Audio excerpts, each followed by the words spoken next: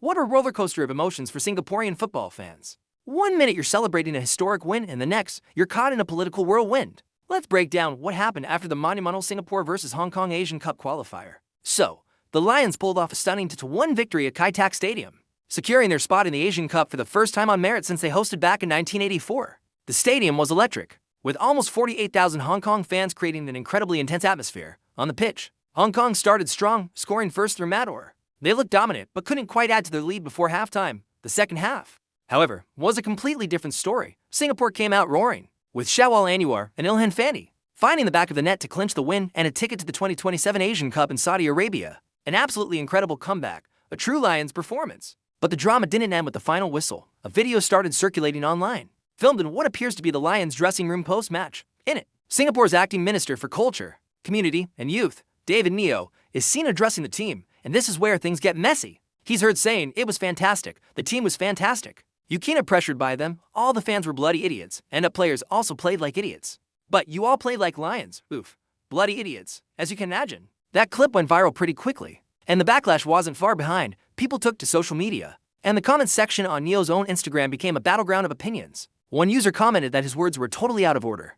This prompted a direct response from the minister himself. To his credit, David Neo didn't double down or try to deflect. He owned up to it. In his reply, he wrote, "Indeed, I probably should have been more respectful. I take back what I said." He went on to add, "The Hong Kong team were really tough, and fans were fully behind them. That's something we should respect. And let's also get behind our Lions." It was a swift and direct apology, acknowledging the heat of the moment might have gotten the better of him. Interestingly, another video on the minister's own Instagram account, taken in the same dressing room setting, showed a much different side of the celebration. In that clip, he's seen congratulating the players, saying, "We really made history tonight," which was met with cheers and applause from the ecstatic team. It seems like the idiot's comment was part of a longer, more emotional speech that was never intended for public ears. The public reaction has been really divided. Some people are saying it as a classic case of what is said in the dressing room stays in the dressing room. One commenter pointed out that it was a private, emotional moment and shouldn't overshadow the team's incredible achievement. Another joked that the language in the Hong Kong locker room after a tough loss was probably a lot more colorful. They see it as a non-issue,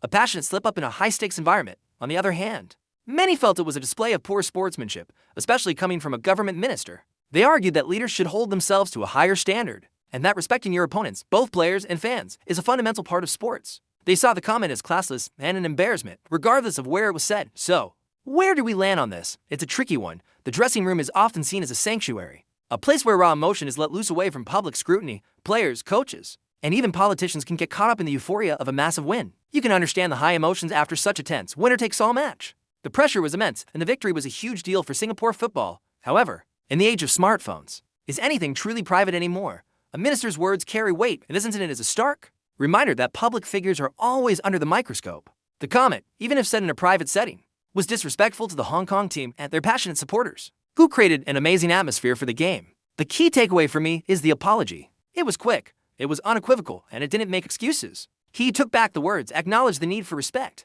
and tried to redirect the focus back to supporting the Lions. In a world where public apologies often feel forced or disingenuous, this one felt a bit more sincere. Ultimately, this incident serves as a sideshow to the main event, the Singapore Lions' incredible achievement. They overcame a hostile crowd and a one-goal deficit to make history. Let us hope the conversation can move past this controversy and focus on celebrating the team's success and looking forward to their journey in the Asian Cup. What do you guys think? Was the minister's comment out of line, or was it an understandable emotional outburst that should have stayed private? Let me know your thoughts in the comments below. Thanks for watching, and if you enjoy breakdowns of sports news and culture, don't forget to like this video and subscribe to the channel for more content. See you in the next one.